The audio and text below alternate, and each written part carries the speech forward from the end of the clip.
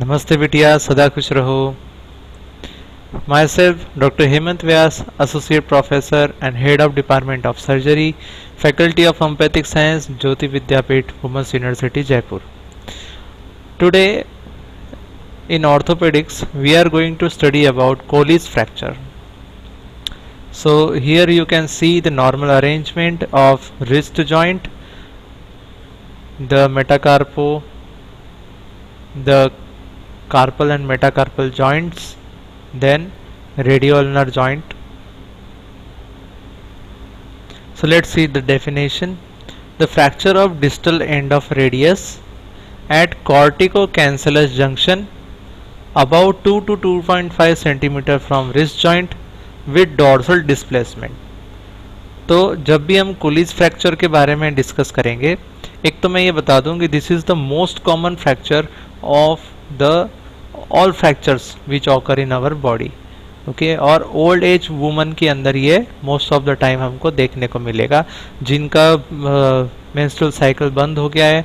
50 year 60 year की जो females होती है उनमें ऑस्टियोपोरोसिस स्टार्ट हो जाता है, और अगर थोड़ा सा भी अगर वो नीचे गिर जाते हैं तो उनको झट से कोलिस फ्रैक्चर, यानी कि ये रिस्ट के अंदर जो ऊपर की तरफ हमको मिल रहा है, कोलिस फ्रैक्चर फॉर्म हो सकता है। सो डेफिनेशन को अगर हम कंसिडर करें तो इसमें 4 फैक्टर्स जो हैं वो इम्पोर्टेंट होते हैं डिफाइन करने के लिए। So first of all this is the fracture of distal end of radius. Colles fracture क्या है? This is the fracture of lower end of radius. अब रेडियस कहाँ है? जो हमारा थंब साइड है, थंब साइड में रेडियस मिलेगी हमको, okay. So distal end of radius कहाँ पे? At corticocancellous junction. एग्जैक्टली कहाँ मिलेगा? About 2 to 2.5 centimetre from wrist joint. Then displacement क्या मिलेगा? Dorsal displacement of the fragment, ये हमको मिलेगा इसमें। Commonest age group is elderly 60 years, women are more affected than men. Then mode of injury is fall on outstretched hand. इस तरीके से outstretched hand के ऊपर जब कोई गिर जाता है ओल्ड एज में तो उसको इस तरीके से पुल होने की वजह से कोलिस फ्रैक्चर हो सकता है। Force required to cause this fracture is 192 kilogram in woman and 282 kilogram in man. Then clinical features are swelling, pain, dinner fork deformity.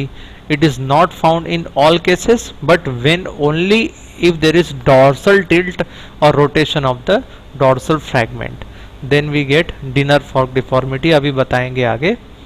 Examination, distal neurovascular status has to be, यानी जहाँ पे injury हुई है उसका distal area, नीचे का area, उसके अंदर नर्व का फंक्शन प्रॉपर चल रहा है क्या, और पल्स आ रही है क्या, ये चीज़ें हमको चेक करना है। एंड एक्सटर्नल इंजरी कुछ हुई है क्या, ये देखना है। This is the dinner fork deformity. This is classical लीशन which is formed. यहाँ से जब ये फ्रैगमेंट, ये यहाँ से जब बोन यहाँ पे फ्रैक्चर होगी तो उसकी वजह से ये डिनर फॉर्क के जैसे दिखने वाली एक ये डिफॉर्मिटी इसमें प्रोड्यूस होती है।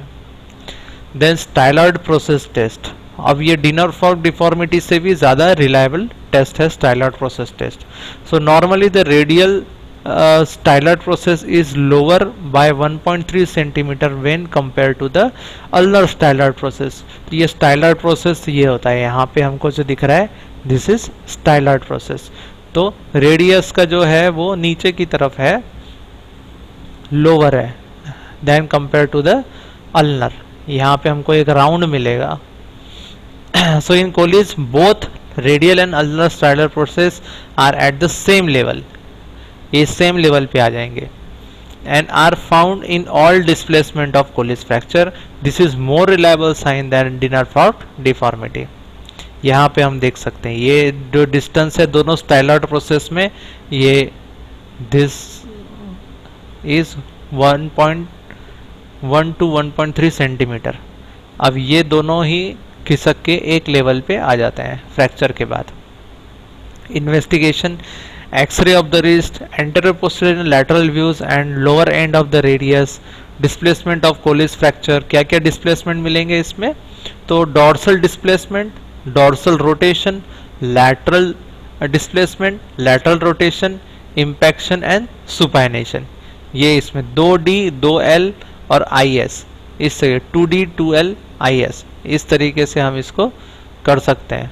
DLIS DLIS, इस तरीके से हम इसको, ये डिफॉर्मिटी मिल गया हमको, DILS, इस तरीके से हम इसको याद कर सकते हैं. डॉर्सल, D का मतलब dorsal displacement, dorsal tilt, then I का मतलब impaction and lateral displacement and lateral tilt, उसके बाद S का मतलब सुपाइनेशन. तो इस तरीके से हम डिफॉर्मिटी को याद कर सकते हैं.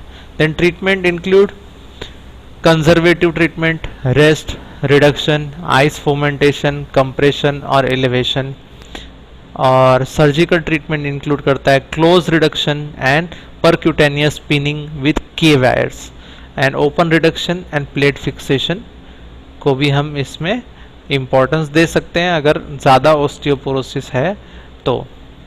Reduction include pronation, palmar flexion and ulnar deviation.